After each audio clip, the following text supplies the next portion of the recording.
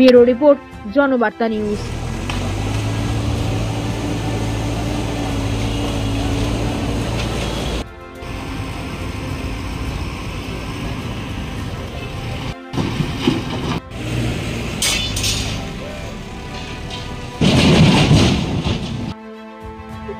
আর আমরা 2 ঘন্টা জায়গা আমরা ক্লাবের নামে আছে। তাছাড়া আরেকটা কথা হলো, আমরা যে ক্লাবটাই শুধু ভাঙ্গা হয়েছে, এমন তো আনলিগাল ভাবে বহুত ক্লাব আছে আগরতলা শহরে, বিভিন্ন নামি দামি ক্লাব। ওই ক্লাবে তো কিচ্ছু হয়েছে না, শুধু আমরা ক্লাবটাই ভেঙে দিচ্ছে। ভাঙছে ভালো কথা, এটা তো পূজাটার 3 মাস আগে, মানে পূজার 3 মাস আগে ভাঙছে। এটা তো দুর্গা পূজাটা শেষ হওয়ার পরেও তো অর্ডারটা পাস হইতে পারতো। এটা তো ধর্মে আঘাত করেছে না। জিনিসপত্র আসলো, এলসিডি টিভি টুবি আসছিল, সবগুলা আমরা পাইছি না, ঘন পর্যন্ত পাইছি না, চুরি হয়ে গেছে গা, অনেক জিনিসপত্র নষ্ট হয়েছে।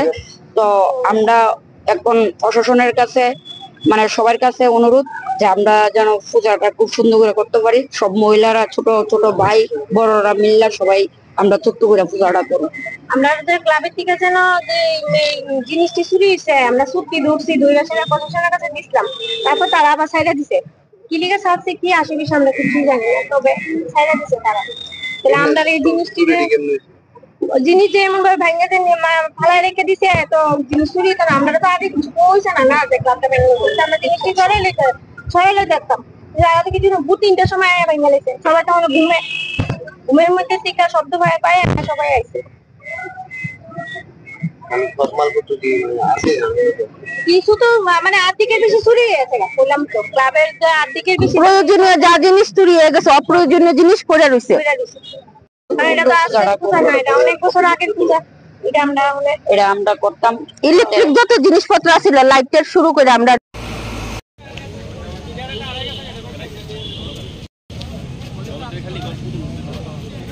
হিন্দু বাঙালি আমাদের প্রধান উৎসব হলো দুর্গাপূজা। ভারতনাট্য ক্লাব এই অত্র অঞ্চল তথা সারা ত্রিপুরা রাজ্যের নর্থ ইস্টের মধ্যে একটা বিশাল বড় ক্লাব। এটা সর্বদা ভারতনাট্য ক্লাব আমাদের সামাজিক কাজের লোকে যুক্ত থাকে। প্রশাসন ওরা কী কারণে ভারতনাট্য ক্লাব ভাঙছে এটা প্রশাসন জানে, কিন্তু অত্র এলাকার মা বোন যারা আছে 4-5টা বুথ নিয়ে তারা সবাই চাইতেছে যে দুর্গাপূজাটা হোক আমাদের প্রধান উৎসব। আমরা হিন্দু, আমাদের বাঙালি প্রধান উৎসব দুর্গাপূজা।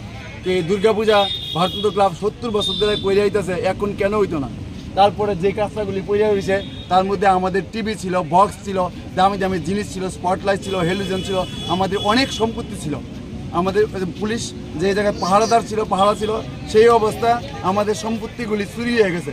তারপরে আমরা নরসিংগড় থানা, এনসিসি থানা, দুর্গাচুমনি থানা, পূর্ব থানা এবং পশ্চিম থানা সবাইকে আমরা জানানো হয়েছে। জানানোর পরে যারাকে ধৈর্য নিয়ে আমরা দিছি, এখন আমরা পূজা করতে হইব। আমাদের গ্রামের মা বোন ভাইরা এবং ক্লাবের সদস্যরা সেটা মানতেছে না যে পূজা করতে হইব, কারণ পূজা আমাদের ধর্ম, দুর্গাপূজা, আমরা হিন্দু বাঙালি। তার জন্য আজকে আমরা এই পরিষ্কার করতেছি। আমরা পরিষ্কার করিয়া আমাদের যে 2 ঘন্টা জায়গা আছে ওই জায়গার মধ্যেই আমরা আমাদের পূজাটা করি। এই যে পরিষ্কার করতে আইয়াছেরা কইছে যাতে আমরা যাতে না করি, তাহলে আমরা আমাদের সম্পত্তি নিমু, আমাদের জায়গা আছে, আমাদের জায়গা আমরা কেন করব না? আমাদের অন্যায় রেখে এলাকার মানুষের কি অন্যায়? আমরা তো এই পড়াশোনার যুক্ত, এই পড়াশোনা আনতে গিয়ে আমাদের অবদান আছে প্রত্যেকটা মানুষের। 25 বছর যে অবদান একটা সরকার করে যে আমরা চিৎকার করি যে আমরা এই পালাই আছে, আমরা সরকার আনছি, তাহলে আমরা আনছি না, আমাদের অবদান আছে না? আমি বিশ্বজিৎ দাস সামনে দাঁড়ায় কইতেছি অন ক্যামেরা, তাহলে কেন আজকে ইয়ানমিতে আবার পড়াশোনা করবো যে আমাদের সম্পত্তি আমরা সরাইতে পারতাম না, আমাদের জায়গার মধ্যে আমরা পূজা করতে পারতাম না? এখানে কেরা কি দোষী আছে, এখানে কারা দোষী আছে? সব মা বোনদেরকে আমরা কি জবাব দেই? সবাই জবাব চাইতেছে, এই জবাবের জন্য তারা আজকে পরিষ্কার করতেছে। এটাই আমাদের কথা।